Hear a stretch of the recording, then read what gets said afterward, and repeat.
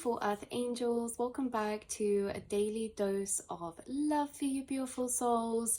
I'm feeling really intuitively guided to back to the archetype reading. I did a reading a while back about the archetypes and how you're this King of Wands, but also came through very strongly King of Cups.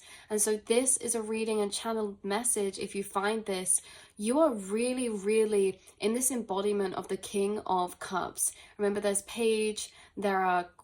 page, the knight, the queen, and the king. The king is the highest ranking in their suit or their element.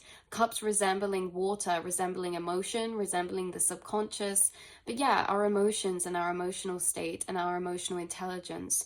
So there's something about your emotions and you being in this embodiment of the King of Cups, you guys. Regardless of gender, anything like that, the kings are the masters of their suit.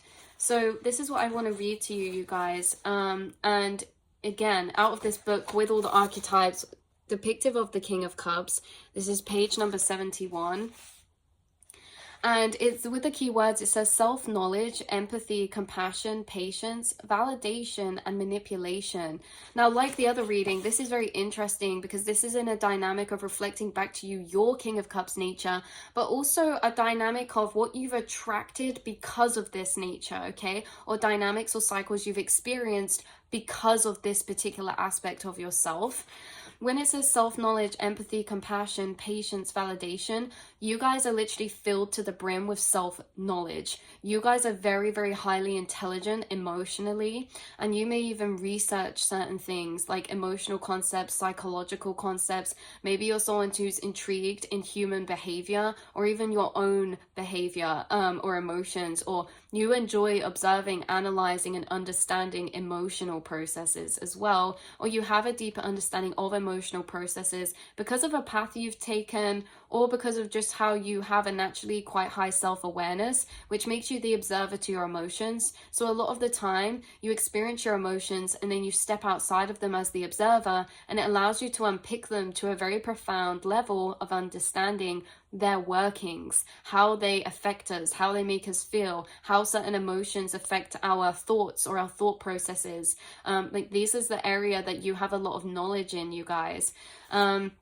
You also are very empathic, not empathetic, you're empathic, which means that when we're empathetic, we are referring to our own experience to be able to emotionally relate to another. Whereas being empathic means that we're not always sure of the source of the emotion we're experiencing, but we experience emotional energies from what we're around, right? So you walk in a room, in a restaurant, maybe someone in that restaurant's anxious and you start to feel anxious, and then you have to find and look around for the source. Empathy and being empathetic, or being empathic and empathetic, completely different things. I feel like you're both. You're empathetic because you are able to recognize others' emotional experiences by recognizing the points where you've been through that process. But you're also empathic, meaning you actually viscerally, physically experience another's emotional state inside of yourself if they're speaking about it or if you're around them. And that's why you can understand people to a very deep emotional level. When it says validation, you bring a lot of validation to people because of this, because of your understanding. Your compassionate nature makes you channel a deeper understanding that's expanded. If we're looking through lower levels of frequency, our judgments and perceptions are limited. When we view from higher frequencies, like the vibrations of love or understanding or acceptance, we actually have much more expanded viewpoints of understanding. And with this, you have a lot of patience for yourself and others, because areas where others would be misunderstood and others could get frustrated with them, you actually understand people. So you have patience because you have understanding, and you have patience for yourself the more that you understand yourself. And with the validation, we have manipulation, which is something that you could have experienced in relationships or in certain dynamics. And we're going to read this, which is going to lay out clearer how and why that might have been.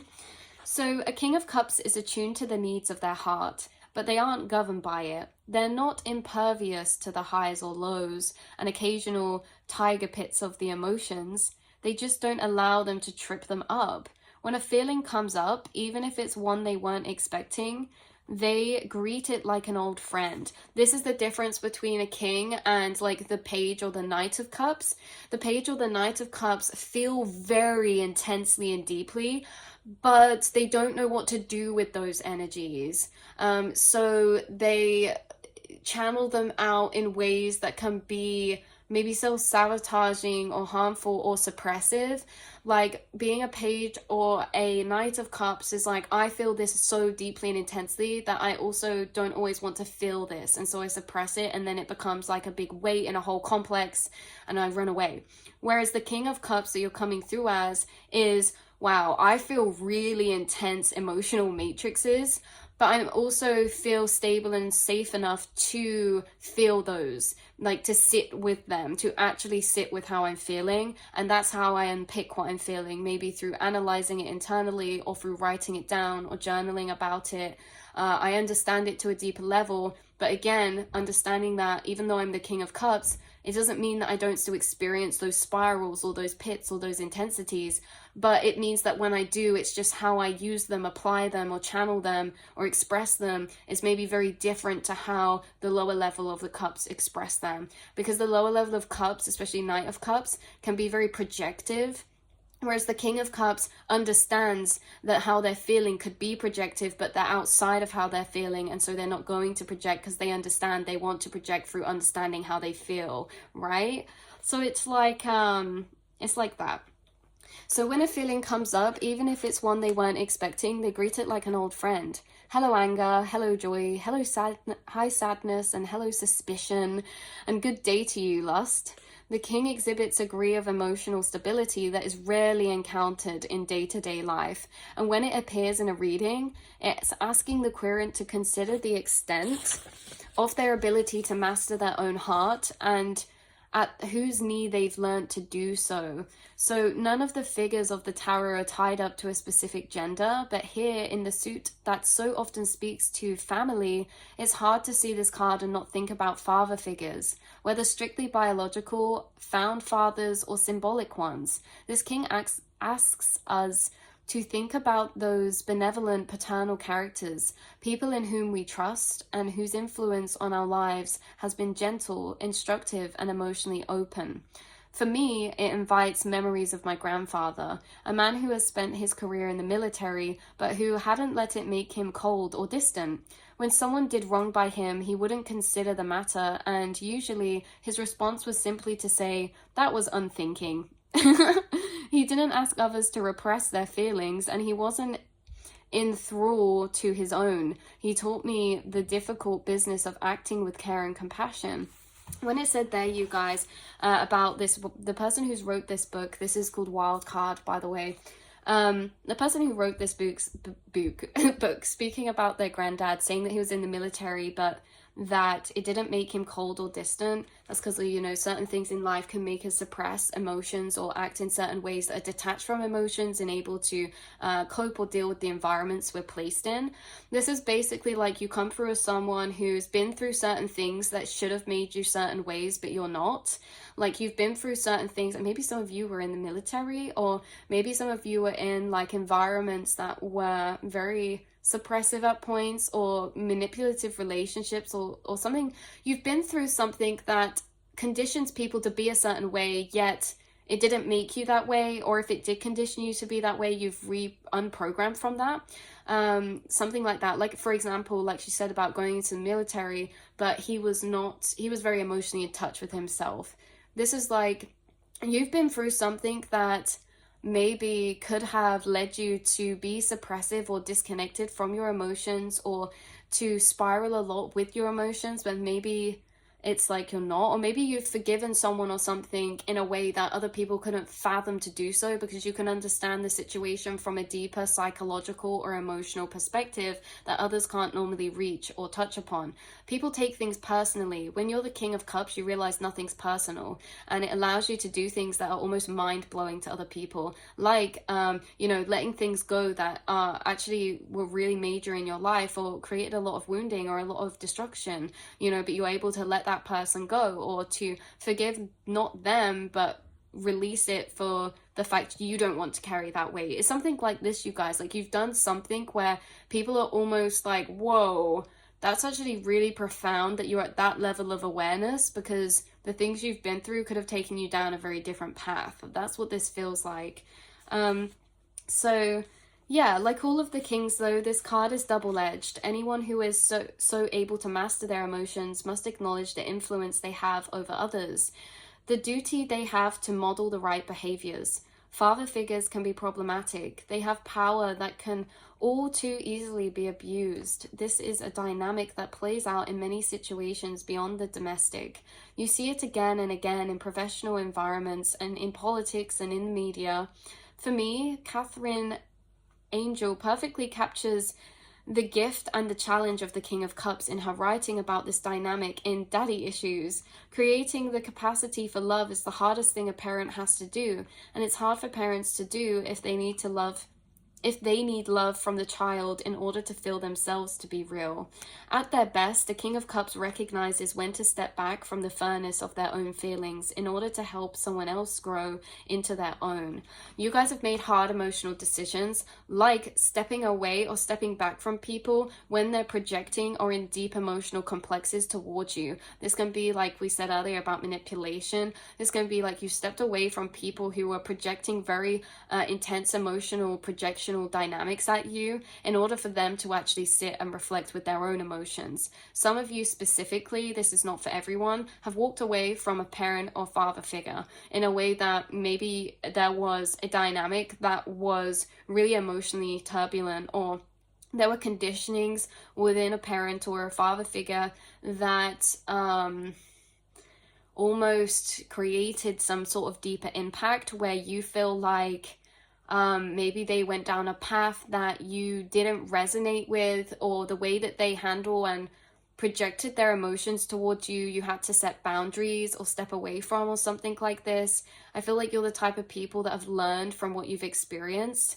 And like, you're the type of people where it's like, even though you've been brought up by a particular person that has particular cycles or programmings or, emotional baggage, like maybe you're someone who is the cycle breaker because you didn't become it, you became everything that wasn't it. Like maybe some of you are like, I don't want to become like that, where in actuality how we're raised is normally how we're conditioned to be, and it's really normal to us. So it's interesting how you can see something as unhealthy or not normal, even though that's the environment you grew up and conditioned to be in, which would depict us to feel like that's the normal way of operating, right? Like maybe you were in an environment that had communication that was maybe emotionally dysregulating or toxic in a particular type of way, or manipulative or projective.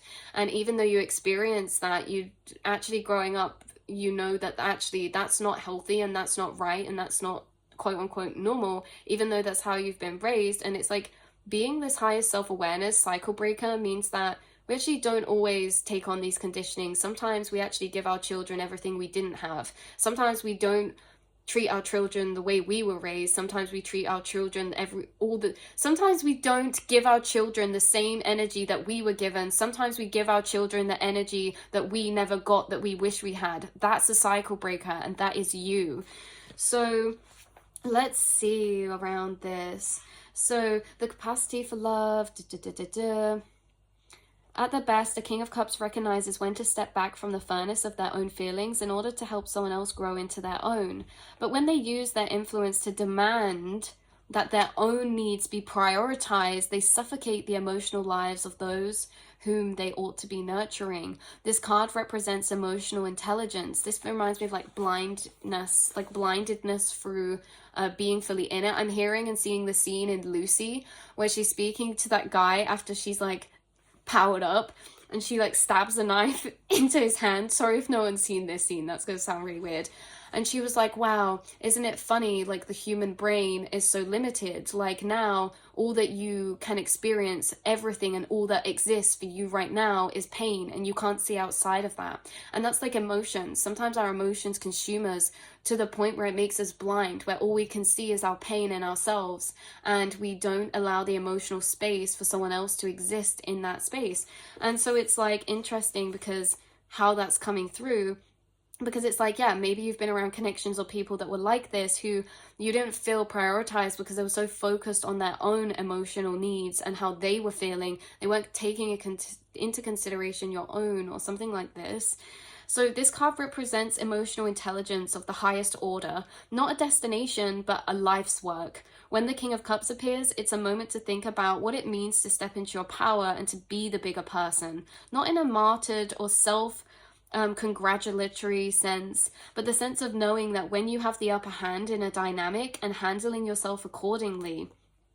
So yeah, this is like, you guys maybe step back and can see through the illusions and don't get pulled into other emotional sways. When someone is in that state of emotional intensity, they can almost use their emotions to create others to feel guilty, or to create others to pander to them, or this or that. And it's like, you don't react that way. It's like certain emotional responses other people give you now, you see through it and you actually maybe pull back, or you know, approach that differently with a heightened sense of clarity and handling that accordingly. Yeah, and maybe like it says here, like, you being the bigger person is like not being triggered to interplay within these dynamics from people who are trying to trigger you in certain ways, whether that is a parental figure or a relationship or something. Maybe this is now, maybe this is way in the past, but this is something of the journey you've come to. You're a King of Cups, you're a master of your emotions, because you've had to navigate those in very intense ways at points. So this says questions to ask when you see this card. How do you handle your emotions? When do you rule them, and when do they rule you? Do you use them to bring about positive change, or do you expect others to attend to them for you? Have you been the recipient of compassionate leadership, or have you been manipulated? Wow. Wow, that's very interesting, you guys. Yeah, it's like, you guys don't expect anyone to be responsible for your emotions. You take responsibility for those, and that's why you don't project them maybe onto people, whereas some people feel like you're responsible for their emotions. This could be in certain friendships, relationships, even like they say, family dynamics, but it can be like at points, maybe in a relationship or something, people have projected onto you, made you feel like you are responsible for their emotions or how they're feeling, when actually that's their responsibility, in many ways, right? In a way that it's like cycles that come up, and things like that. But yeah, so I love you guys so much. You're amazing. You're so intelligent, and you are so, like, you have your wits about you, you know, and to understand emotions to this deep, complex level is very profound. Emotions are, I think, are one of the most complex things that we will ever experience in this lifetime. So yeah, I love you guys so much, and I will see and speak to you all in the next reading. Mwah.